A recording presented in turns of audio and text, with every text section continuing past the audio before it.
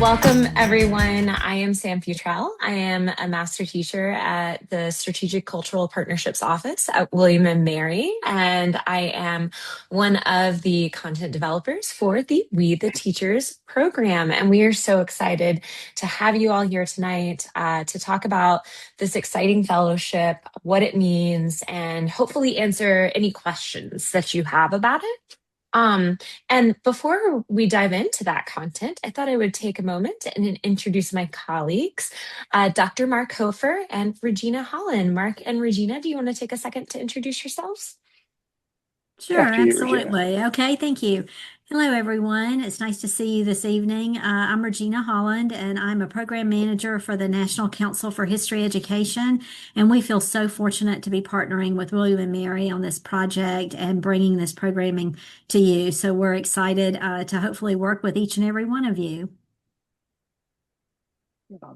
Thanks, Regina. I'm Mark Hofer, as Sam said, and I am equally excited to have NCHE as our partners. They're wonderful folks to work with. So I'm a professor of education in our School of Education at William & Mary. I'm a former high school history teacher. Been at William & Mary a long time, longer than I care to admit. Love it there, and I have the opportunity now to direct the office that Sam works in, which is Strategic Cultural Partnerships, where we work between William & Mary, K-12 teachers, and museums in our region, and really even across the country, to find interesting ways to enrich education and learn from one another. So, and I'll let the brains behind the operation take it away from here. But I'll be answer if you have a question in the moment, I'll be in the chat trying to answer those if you got them, but we'll definitely save time at the end for those as well.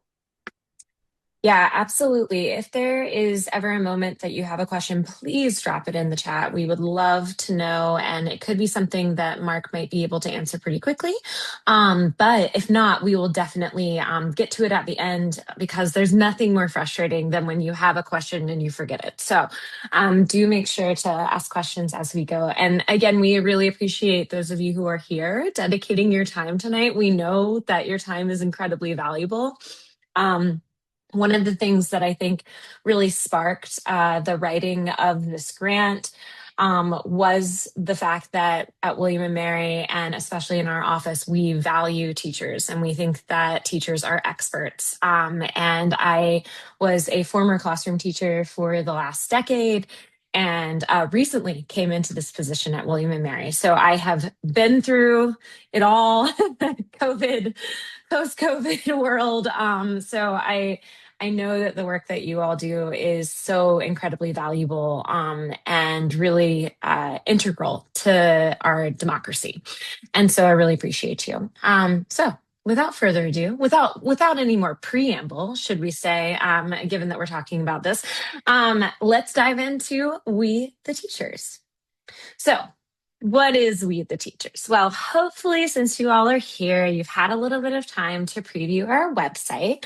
But just in case you haven't, We the Teachers is a federally funded fellowship for K-12 educators, and that includes librarians, don't worry, Melanie, designed to strengthen K-12 history and civics education by equipping teachers with deep content knowledge, evidence-based pedagogy, and classroom-ready tools that connect America's founding principles to civic life. And, that sounds super easy, right? Like, we're definitely going to be able to do that with no issues at all. And I just know, though, that the work that actually was put into this grant, even though this is a monumental task, is being done so thoughtfully and really intentionally, and with the goal of accomplishing every single word that is on this little slide here. So I couldn't believe in it more, and I'm really excited to be here. So as we have already said, the two sort of organizations that are driving this grant, William and Mary Strategic Cultural Partnerships, Mark gave a great explanation of our office. We are trying to create external partners for William and Mary and really take the university's mission and bring it outside of the university's walls. And I think that one of the best ways that we can do that is by partnering with educators, because you all are really the boots on the ground, right? You are doing the difficult work every single day to educate students who will hopefully come to William and Mary one day. Yeah, we hope. And then we have the National Council for History Education, and Regina introduced herself earlier. They have been such an integral partner to this process, really in the planning, coordination, ideation, all of it, every step of the way. They have just been with us, and we're so grateful for them. And I also want to just do a quick plug that if you are looking for a conference to go to, that they have an excellent one that is coming up in March in Montgomery, Alabama, and it is going to be awesome. And you could even see some familiar faces there, including Mark and I. So we would love for you to join us there. Yeah, I'm sure Regina would be happy to field questions about that at the end as well. So that monumental task that we just said, what does that entail? How are we going to do it? Okay. And here's how we're going to do it. There are 3 different initiatives that are connected to We the Teachers. Lily PD micro courses, which we will get into. We're going to dive into all of these a little bit more in just a moment. The Congress of Educators, which great name, right? Like we love that. And then local learning communities. And so I'm going to break down each of these 3 elements a little bit more, but these are kind of the 3 central pillars of We the Teachers. And it is around these 3 elements that the whole program will operate. And so let's start with the Congress of Educators, because this, I think, is the thing that is like maybe the most exciting to everyone. It would be the most exciting to me, if I'm being honest, if I'm a classroom teacher, because I was always at a National Endowment for the Humanities Institute over the summers. Love them. We're trying to do an institute similar to that, but even better, because we like have all been to them, and we're like, how can we make this the coolest, most interactive, most community building experience where teachers learn and feel reinvigorated about their profession? And so this Congress of Educators is a year-long fellowship for 2 teachers from each state who will gather at William and Mary on July 26th to July 30th in Williamsburg to shape how history and America's story will be taught. And so the Congress of Educators, 2 from every state, maybe it should have been called the Senate of Educators. Now that I'm thinking about it, we're unicameral over here at this event, but still 2 teachers from every state. So that does mean that it is a competitive application, but because it is a competitive application, there is going to be so much put into the work that these teachers are going to be doing with us over the course of this year-long fellowship. Also, I just want to say that if you were to apply this year and you are not to get in this year for whatever reason, please, please, please consider applying the next 2 years, because we're bringing different people in every year of this grant, and it is going to be a 3-year cycle. Okay. So even if this summer you're not able to come to Williamsburg, there is still more opportunities to partner with us through this amazing program. So that's really exciting as well. So the Congress of Educators will take Lily PD micro courses, and I probably should have explained what Lily PD was before this. But Lily PD is the new online professional development platform that William & Mary is creating for educators by educators. And there is a slide after this that talks about Lily PD.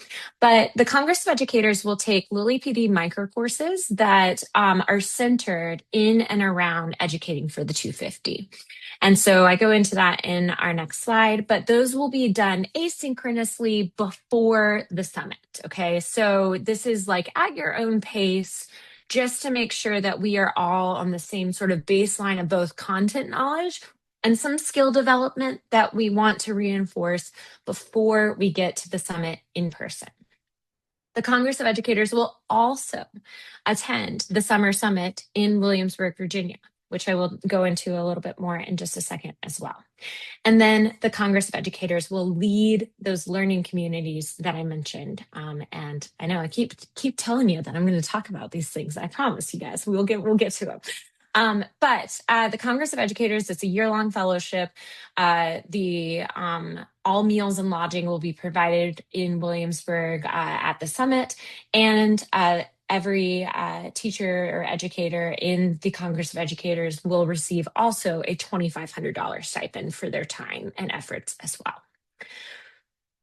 That said, I thought I would just take a moment to pause and talk about Lilly PD microcourses. And this slideshow will be shared out afterwards. So it will be given to everybody so that if you wanted to like dive into it a little bit deeper, you'll definitely have the opportunity to do so. The Lilly PD, as I mentioned, is an online microcourse platform for inspiring practical professional development made by teachers for teachers. And at Lilly PD, we are trying to essentially expand the PD offerings for educators, make them extremely practical, extremely both theoretical, so that we are giving you a really strong understanding of the research-backed practices that we are offering, but also giving you strategies that you can use in your classroom tomorrow. Because we know that theory can only go so far, like when you have a class of 30 kids coming in the next day, you need a little bit more than theory sometimes to actually take what you learned in a professional development course and make it into a reality. And so this professional development platform, which will be launching in mid-March of this year, all fingers crossed if we are able to fire on all cylinders in our tiny but mighty team over at Strategic Cultural Partnerships. And we will be asking our teacher fellows to take asynchronous micro courses on the American Revolution, which is a sort of unique course for Lilly PD. And then they will choose one of these two courses to take before the summit and one to take after the summit, a course on historical inquiry and a course on civil discourse. And so we're hoping that that course on historical inquiry and civil discourse, those are going to be the skill-driven courses that will elevate what teachers need in order to feel really confident in engaging in civic education in the classroom. But then we also want everyone who is coming to the summit to feel like they're grounded in the same baseline of knowledge about the American Revolution, so that when we get to the summit, we can do really cool, like super specific stuff. And people won't feel lost, because we have some really amazing things planned. And part of what we will be doing at the summit in Williamsburg this summer is we are going to be doing a lot of place-based learning around Virginia in the American Revolution, but using that as a model for how you can teach about the American Revolution wherever you are. And so that's going to involve some really fun activities and field trips and site visits and things. But in order to like fully engage in that, we just want everybody to feel comfortable with their knowledge on the American Revolution. I'm going to pause there for a second and just go to Mark and see if there's anything that I missed on Lilly PD or up to this point that you would like me to say or that you would like to cover. Yeah, thanks, Sam. I think the only thing I'd add is what we're hoping to provide and what we will provide are really unique experiences that you can't visit Williamsburg and have access to otherwise. Behind the scenes experiences, kind of bespoke, custom sorts of opportunities that I think are going to be really interesting. And Sam may dive into this a little bit more later, but I'll just foreshadow if not. We're really interested in building a community. Prior to, certainly at the event, but even beyond the event, that in some ways, some of these professional, especially the seminars and things like that, sometimes that's the best thing, is the people you meet, the people you stay in contact with. So we're going to be really, really intentional about that from before you ever even step foot on campus all the way through and beyond. So that's something we're really excited about. We've got some fun, quirky things to help build that community, but also some substantive and let's get down to business things as well. Absolutely. And I should say too that each of these micro courses, I hadn't really heard the term micro course until a couple years ago when I met Mark, if I'm being 100% honest. And so I wanted to just clarify that we're aiming for those to be no more than 5 hours of asynchronous work. So it's like you just kind of do that at your own pace. And again, it's to build that skill set, build that baseline knowledge, so that we are all coming into the program and being able to do, like Mark said, that really unique, cool stuff while we are together, make the most of the community that we have and that we will build while we are here. Great points. All right. So, speaking of the Summer Summit, as I mentioned, it's a gathering of 100 educators at William and Mary, July 26th through the 30th. Lodging and meals will be provided. There's a $2,500 stipend, and each day will feature leading historians, expert teachers sharing pedagogy sessions. And those are people beyond me as well, although I'll be there. So I am excited to see, hopefully, everyone here in the summer. But we will also be bringing in other expert teachers that we have worked with in the past to share their classroom experiences and lead really interesting pedagogy sessions that they are experts on. Like Mark said, we will have unique site experiences, and this is something too that we're really excited about is building in time every single day for reflection and connection. We want this community to start before the summit, to be fostered during the summit when we're all together, and then for it to continue after. And our goal, when Mark and I were like kind of dreaming about what we might want this to be, our goal is for us to have you all or whoever is coming this summer and part of this fellowship 10 years from now, when someone asks you, what's the best PD you've ever done? For you to say this. Like, that's our goal. We want you to walk away, and we want you to feel valued, we want you to feel inspired, and we want you to feel like you have a relationship with not only each other but also with William and Mary and us at William and Mary. We want to be resources for teachers, not just this year but forever, and that's really, really big part of what we want to create. And so, as we mentioned, the last thing that our Congress of Educators will do is engage in local learning communities. So, we kind of have this model where we are doing this asynchronous learning prior to the summit, and you're doing that virtually, right? Then we will have our synchronous learning at the summit where we all come together in person.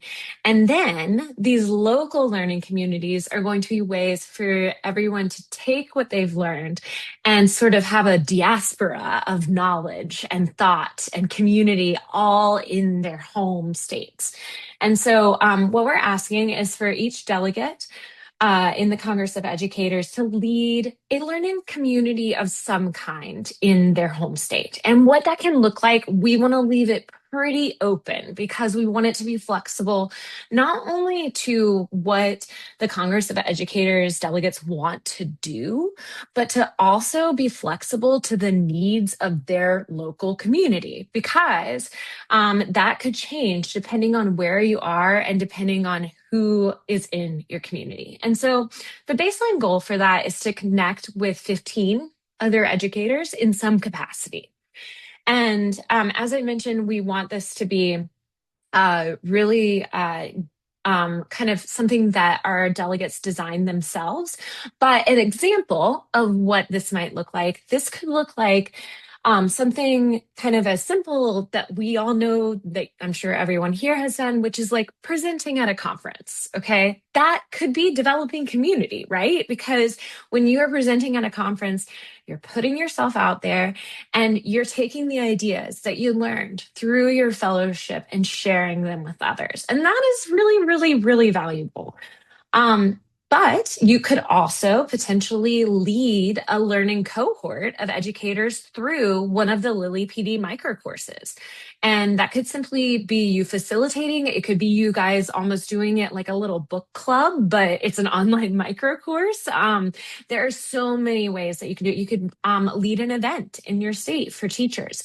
There is a myriad of ways to do this, and that's why we don't want to prescribe it. But what I do want to reinforce is that every delegate will lead with a robust toolkit of resources for how to make their vision come to life. We're not just going to ask you to do it and then give you nothing. We're going to give you a robust toolkit of resources, but then we are also going to be there for you beyond the summit. Okay. We are going to stay in contact. We are going to help you facilitate these. And while that may be largely like facilitating from farther away, we still want to be resources and to help you think and be thought partners for these events. Because again, this is not a relationship that we want to stop on July 30th. We want this to be a relationship that is built in July and goes far beyond that. So we want to be resources to you all. And then we're coming toward the end of my portion of the presentation, and we'll get to questions in a second. I'm sure that everyone has seen this already, but how to apply. One of our goals was to try to create an application process that would give us a real portrait of the educator that was not too in the weeds of answering very, very niche questions and having to write a whole ton, but would allow us still to get a really good understanding of who you are. And so to apply, you'll need to submit a letter of intent, a resume, and 3 references in our application portal by January 31st. And again, we're going to share this slideshow out, but these are both clickable and will take you right to the landing page for We the Teachers, and hopefully will set you up to apply. And we tried to make, there's a lot of thought, put into this, which I think was really great. Like, I want to say it was Regina or someone at NCHE who came up with the idea of making sure that we posted the rubric and the application separate on a Word doc so that people could work on it in their spare time and come back to it later. I mean, there was just like a lot of thoughtfulness, I think, from the team to be able to make this a very doable application, something that teachers who are extremely busy would have the chance and opportunity to do, but also one that would be robust enough so that we could really understand who you are and why you want to join us. And so, without any further ado, before we jump to questions, I might turn it to Regina and Mark and see if there are anything that I missed that you want to make sure that we say out loud.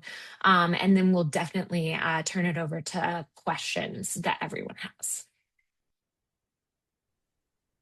I think the only thing that I would add, Sam, is we just echo what she said about William and Mary being there to support you throughout the entire process.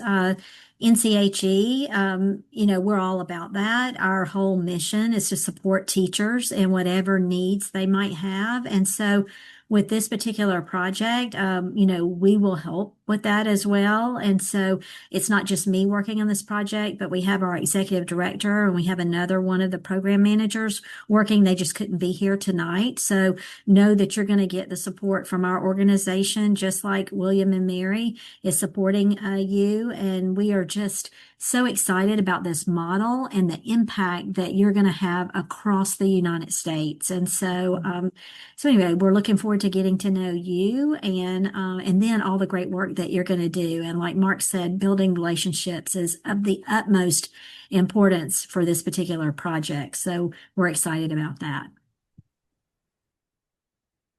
Thanks, Regina. Great. My Gen Z hands were too slow typing in the chat. I'm not the guy probably for this job, apparently. But in terms of letters of support, so there's references and then there's a letter. So it's basically 3 names and contact information and 1 letter of support from a supervisor. And Yes. really, and that's actually we kind of talked about that, and the purpose of that is not only to get a better sense of the applicant, but also to make sure that the delegate, the applicant, has the support of their supervisor and administration. Mhm. Because sometimes there's nothing worse than getting involved in something and then, well, I need to, lead a professional learning community. Well, no, we're not going to do that. So this way they have that sort of investment and buy-in and support from the get-go. So that's the idea with that. Well, and I do And want it to can be a add some. brief letter. Well, and I do want to add something to that as well, because I think that came from us and our organization because we work so much with teachers. And we ran into this situation a few years back where we had a teacher that their principal had no idea they were even participating in our programming. And so it got to the event was taking place and they refused to let the teacher attend because they had not had a conversation and there was a conflict with something they were having at the district. So I think it's just mainly so that, we didn't even think about it. Let's go ahead and have that conversation up front so that everybody is aware of your participation and they'll be supporting you in the work.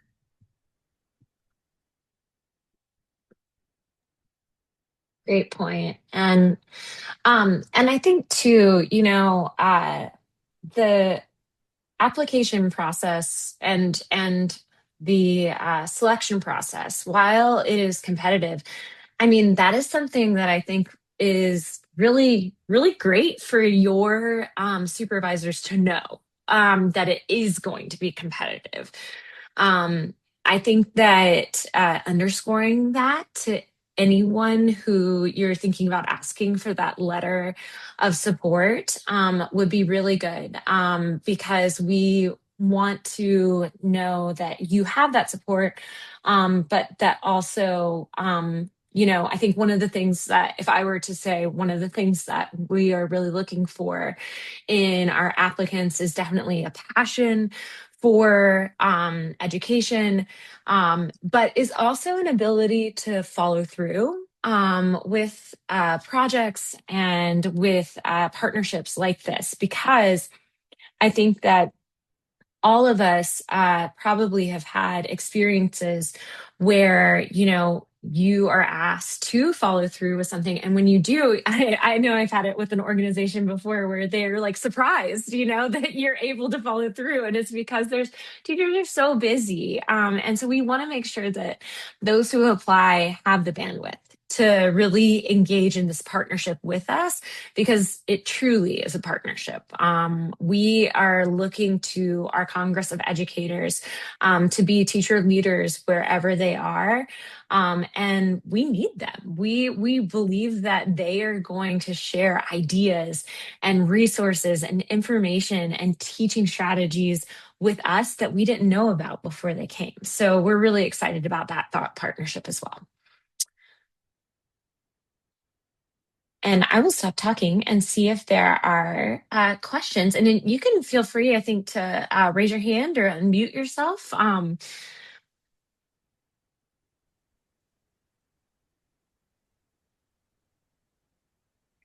Just call attention to, oh, Okay. sorry, Tim, Yeah. go ahead. Yes, please. No. Oh, Tim, I was just going to say if you wanted to. Yeah. Mhm. Yeah, a couple of questions. First of all, when it comes to the letter from the supervisor, I mean, I'm going to be honest, my principal doesn't have time for that. She has me write the letter and then she reads over it and approves it. And then I give it to her so she can change whatever she wants to. So I'm going to just be full disclosure. But uh, Heard. is that something that she sends to me, I send to you on the platform? Or is that something that's done like independently? I just wanted to verify that. Yeah, great. Thanks, Tim, for tells us something about you that you're like putting that out there, because we've all been there for sure in terms of Yeah. drafting Yeah, the letter. definitely. Yeah, so definitely no worries there. Yeah, it basically you'll just be able to upload a Word doc or a PDF file. So yeah, if they send it to you in advance, you can just upload it. I don't think we have really a good mechanism for them to send it to us outside of you, but if you've written it anyway, there's no surprises. So Well, I just remember the old days. This is because I'm really old. That you would write, the person would write the letter and they put it in the envelope and then they would oh sign yeah, it on the over the over the seal, seal right? or whatever, Yeah, and then yeah, you'd have to mail it in that way. So I didn't know yeah. how old school we were. So I think no, we're but thank similar you. vintage here. Yeah. Yeah, That's that's a great great. question. Did you have another question, Tim? I'm sure I do. It'll come to me later. Okay, that's totally fine. And my email is listed here. Feel free to email if you do have a question. I'm happy to answer them. This is, I hope, one of our goals of this information session was to also just transmit our team's vibe, for lack of a better word. And I hope that one of the things that is coming across, which is what I have found to be so true since I started working with strategic cultural partnerships, is that we are warm. We want to bring teachers in. We value your ideas, and questions are encouraged. So if you have a question, like Melanie does right now, who's raising her hand, we'd love to hear it. I cannot find the little hand. I know it's right in front of It's me. okay. It always disappears. Okay. Like, I have a question, and maybe it's too big, but I think you're probably really good at summarizing. I'm looking at the rubric.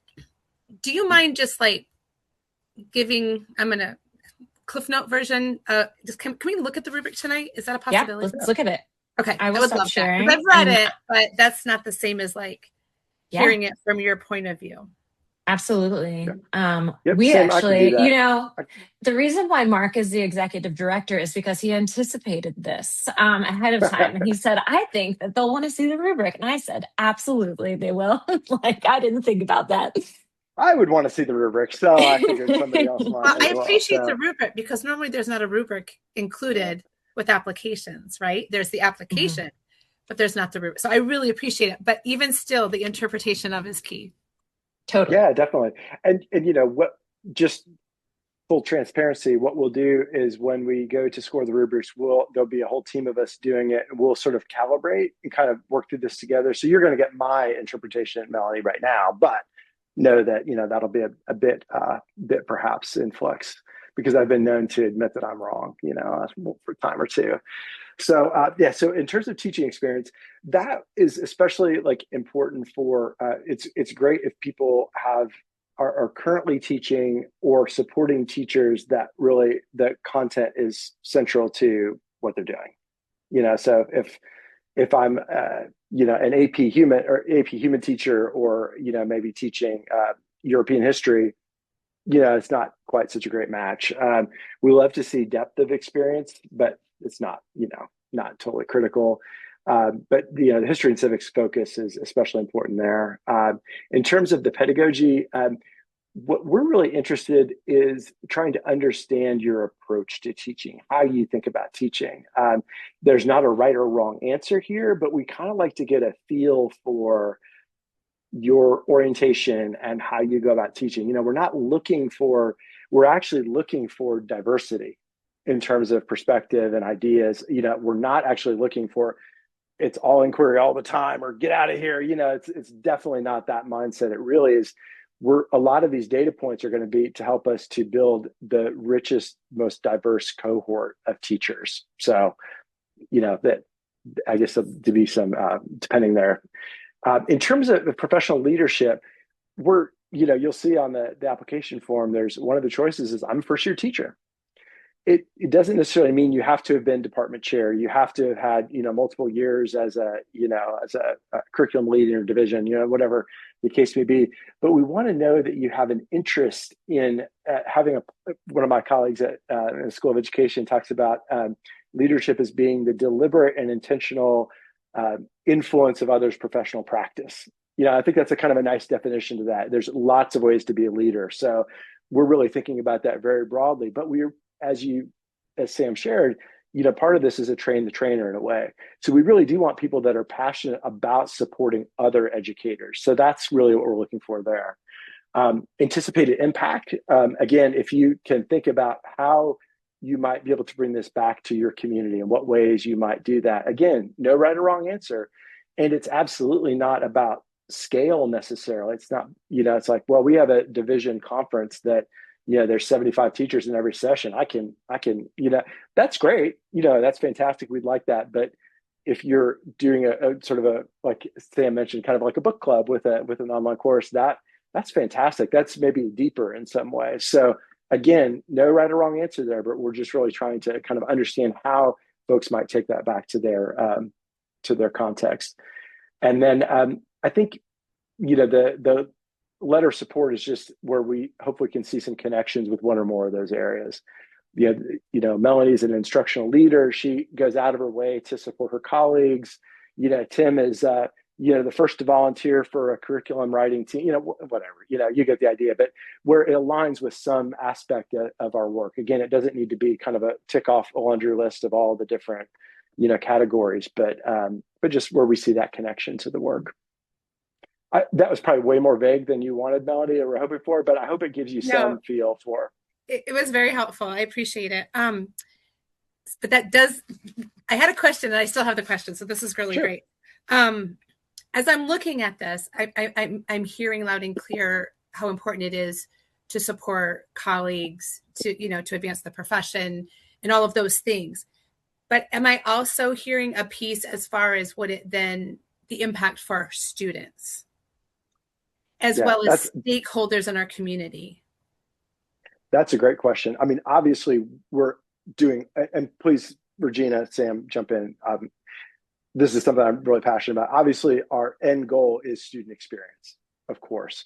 And, hopefully that translates into student outcomes. It might translate into increased engagement and motivation and perseverance. There can be so many possible outcomes of this work, and it's really impossible for us. We would love to be able to track that, but we know there's so many variables that influence that are beyond even the most fantastic teachers' control, that there's no way to do a through line between professional development and student outcomes. So we're certainly interested in that, and that's the goal. That's why we're trying to support with resources that are flexible, that you can customize for your students' needs. But that's not something we're going to be measuring or tracking. We're more interested in what we'll be tracking is, do you feel more confident with the content that we're focused on? Do you feel more confident and self-efficacious in your ability to do the kind of work that that say you've taken a micro course on creating a podcast with your students? Do you feel more confident to do that? That's the kind of measures that we're looking for success. And of course, the experience you have at the event, and so forth. But yeah, we're hoping to influence student outcomes in a positive direction, but it's not something we are even pretending to measure directly. It's a great question. Really good question. And I'll just briefly add on to that. Oh, sorry, Regina. No, go ahead. No, go ahead. You go ahead. We're probably going to say something kind of similar, which is that I think one of the ways that you can really underscore the work that you do with your students is in that teaching experience. And that is going to show us like how passionate you are. What Mark said is so true, that we can't measure student engagement and student performance with this particular grant.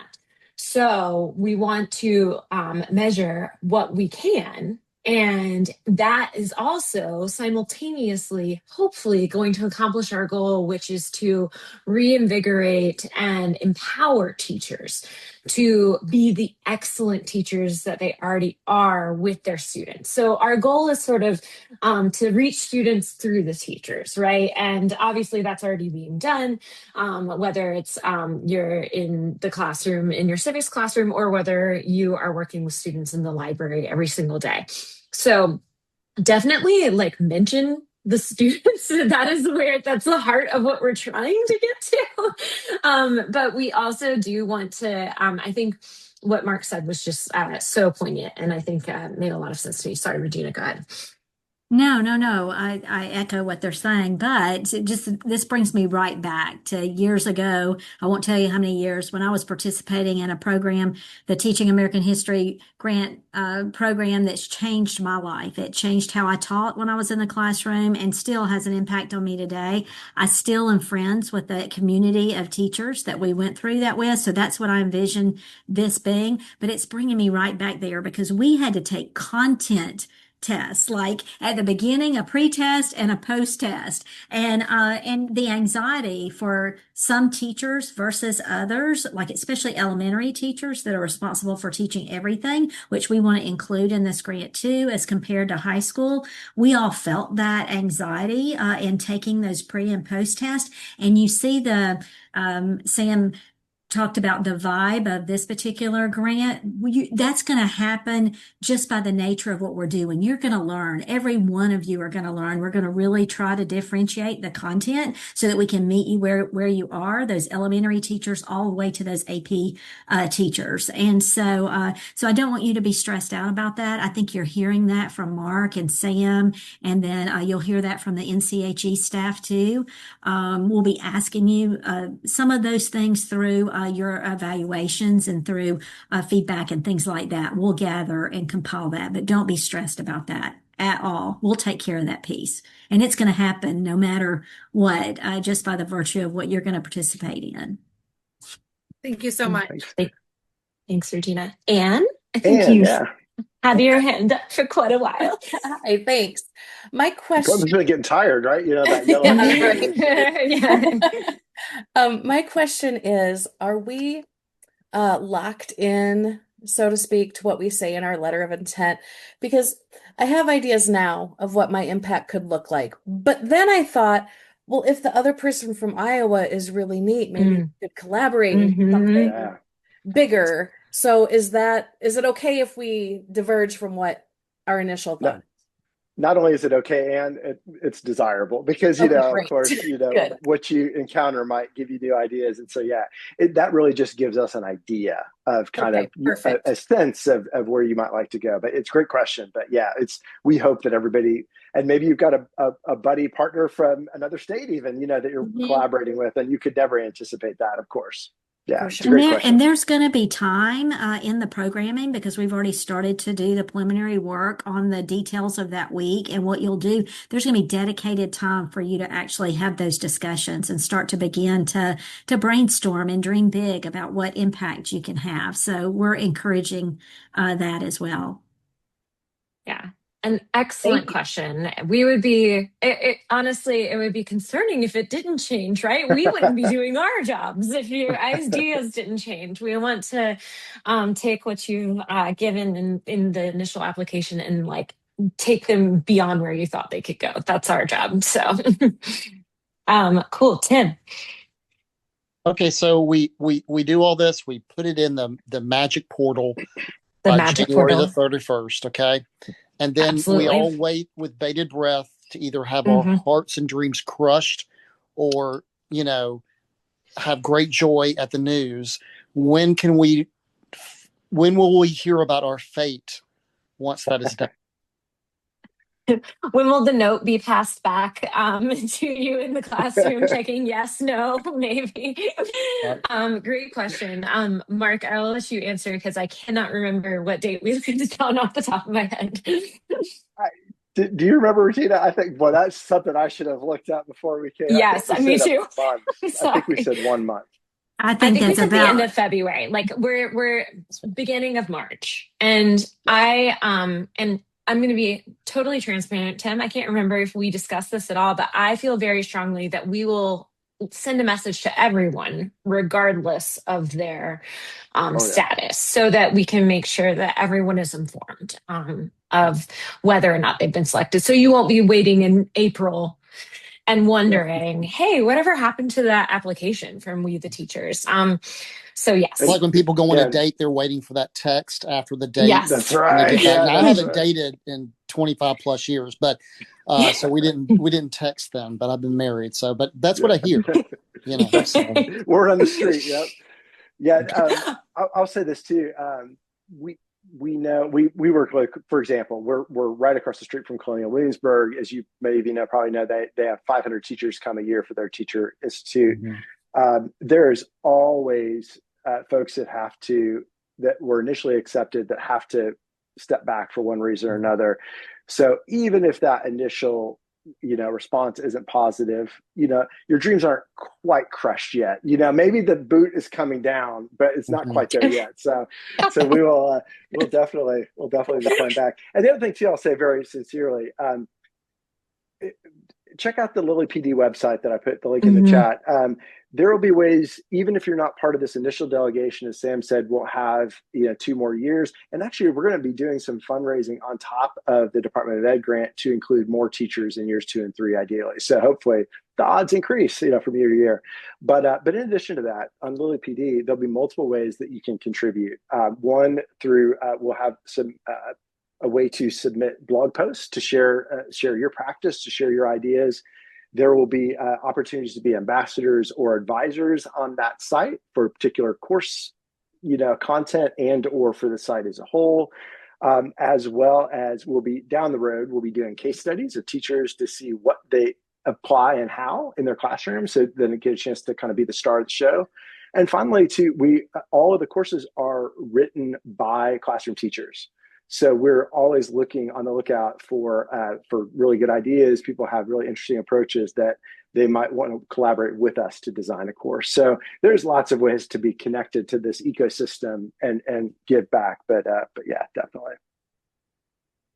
Oh, middle of March, and gosh, that's actually good. Yeah, we've got more time. Thank you. Yeah, thank you. I was thinking that was like earlier than we said, so that's great. But actually, No, we will. yeah. Our goal actually will be to try to move expeditiously as possible, just to give the folks a chance, but also to give us that room to make sure that we have a full house. Yes, thank you for that fact check. And Thanks for we doing love our a homework fact for us, checker. Ann. Yeah, Appreciate we love that. a fact checker. Jameson did ask a question about the Oh, good. cost associated with Lilly PD. Oh, great. Yeah, Yeah, you want me to did you take that want one, us to Sam? fill that one? Yeah. Yep. So so the grant we'll be having 15 minimum of 15 courses, so 75 hours of professional development that will be 100% free for teachers.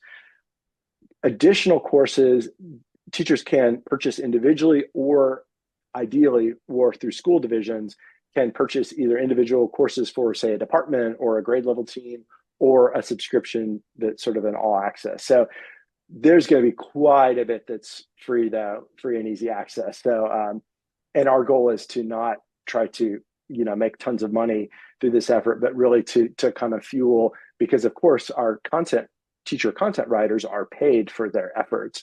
Our teacher reviewers are paid for their efforts. So all of that revenue we generate kind of goes back into this, to the development cycle. Yep. Great And question. so we'll have, sorry, maybe to just take that down, just slightly finer point. So there'll be five courses minimum each year of the 3 years, so that there won't be 75 hours immediately straight away. And I can't remember if Sam mentioned this, so sorry, Sam, if you did. It is you'll see it on the website. But both your time at the institute, at the delegation, and your time in the Lilly PD courses will be the continuing education, whatever term your state and school division uses, will be certified by the William & Mary School of Education. So hopefully that will help, with that, recertification process. We'll be working with state departments of ed to make sure our courses and experiences meet the quality criteria. So hopefully you can count on that. Yeah. Great point. And then, yeah, will they receive a notification, Mark, when it's? That's an outstanding question, Melanie, to which I do not have a ready answer. I think you get at least I don't know if you get an email response, but you'll get an immediate thing on the web that'll say, we got your, but I can't remember if it's set up to forward you a copy of it.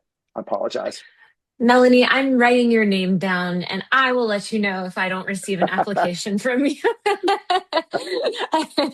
I think we'll be worried if our group here doesn't apply. So that's another sign that we've done something wrong. And by we, I mean me. So Sam's going to have a sticky note on her computer tomorrow that's going to say, make sure Melanie, Jameson, Melanie, Eleanor, Kelly, and Tim. No, but great question. Tim? Okay, so I'm monopolizing time. I'm sorry. No, you're fine. So when we go back to our home states, right, and we're trying to create that, I love the word diaspora. That's awesome. Of educators. I'm working like with Mount Vernon's 250, and so I'm doing a couple PD sessions for them down here, and we're tailoring it more to the revolution in South Carolina. just because the teachers obviously, I mean, that's where we're at. So Sure. when we come back and create this PLT, if you will, um, Hmm. or PLC, uh, Hmm. is it okay? It doesn't have to be Virginia centric, does it? I mean, can No, we? It can. No. Okay, all right. No, That's what I yeah. was wondering about. Yeah, no, that's a great question. You are absolutely, I mean, Virginians love Virginia. I'm not a Virginian originally, so and neither is Mark, full disclosure, okay? mm-mm. But so we won't be mad if you take our Virginia specific stuff that we do and, use it. But you absolutely do not have to. In fact, I think what Regina and NCHE is so good at is teaching folks how to do place-based learning wherever they are. And so exactly what you're describing, Tim, which it sounds like you would have a lot to share as well with that experience. We'd love to incorporate that and definitely have you do that back in wherever participants are. So Yeah, I don't know if y'all have seen our new license plates here in South Carolina, but they're rather controversial. They say they're revolutionary based, and it says where the revolution was won. And mm, yeah, so people don't like that very much, other outside of South Carolina. But I think it's a little hyperbolic from my viewpoint. But at any rate, but no, I just wanted to make sure we could certainly tie things back to Virginia and to William to Williamsburg and everything else. So that's cool. Thank you. yeah, our North Carolina license plates say first in flight, and that always offended the Ohioans. Yeah. Yeah. Um, Eleanor, great question about the reference. So there's just one letter that you'll add.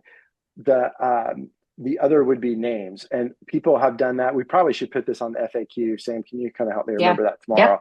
That what people have been doing so far is adding those to the resume, just to the tail end of the resume, just adding those contacts. So yeah, it's a great question. Thanks, good catch. I feel like I can still remember my days. It's been a while, but I can still remember my days as a high school teacher, knowing that like the student asks something you didn't think of. It's like definitely having that feeling. Flashbacks. Yeah, Melanie, go ahead. All right, so I'm clicking back and forth. I printed out, I so appreciate that you have them separate so that normally what I do is I'll copy one line of the Yeah, application and put it in Word and go back and forth. So thank you for that. Huge time saver. I'm not seeing where the actual application itself is. I only printed out the overview and I was so thrilled to see your information session. So I didn't want to work until I knew exactly what the work needed to be. So I'm guessing when I find that link that will, is it a Google Doc? it's a Qualtrics survey. So Qualtrics. you'll literally get the one that's up in the chat, just a little bit with the hand pointing to it. That's like a sort of a landing page, gives you information about the project. That's where you get the rubric. But the first one of those is actually to go ahead. I think it's the first one. It's to actually, it takes you to the Qualtrics survey, and it I is funny clicked on it, because but I'm not seeing it. I you must be know what? blind. It's no, you're not blind. It's it'll look more like another information page because it gives you some of that same information that you saw on the previous page, but there's an arrow to kind of continue Okay. because some people land on the application directly. So we wanted to make sure that they saw that introductory text. But yeah, that's hopefully that's the confusion.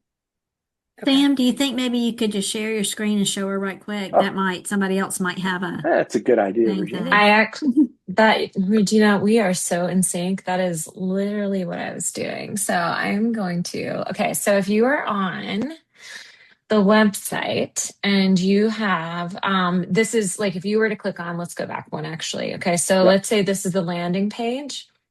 You're going to click on the top here on this first link. And it is, Melanie, you're right. It's very small. Okay. So, and it's very unassuming. But see this tiny little arrow? It's so small. That's where the application starts. But I yes, did not see it. I it's was so like, oh my small. gosh, thank you. No, No, She's it's no, we, like, no, it's, you know what? no. You'll go tomorrow and you'll see a little change there that'll make that a little more clear. So, well, because and that's it's kind funny of that we're where that having this question came from. discussion because we're working on putting this on NCHE's webpage too. And so I guess that our web designer person took that same shot. And so my question was the same as hers. I'm like, could we put a button down there where that little arrow is so that we know that's where you get the application? So I was having her do that. I didn't know that that was from your page too. So that's two of us. You're not alone. I did the same thing yesterday or the day before when she sent me the draft of. Yeah, great point. See, that's a good little edit that Thank we you will for the make. This is, accommodations. oh my God, of course. No, great questions. Um, wow, it is 7:58, and I know that you all have been in the classroom or the library all day. So we will put a pin in this discussion for now, but I do just want to re-emphasize that if you do have any other questions, or if someone else that you know has any questions, that they should absolutely feel free to email me. That's my email. Put it in the chat. Um, Happy to answer any questions that does not show questions. We're a big fan of questions. That's why historical inquiry is one of our flagship courses. Okay, we think questions show engagement, and that's what we're looking for. So it does not mean that you aren't reading carefully. We absolutely are happy to field those. So, and I did just want to thank you all again Yeah. for just giving your time tonight to come to this, and for asking such good questions and engaging, so that everyone else who watches this later can have the benefit of you all asking those great questions. So we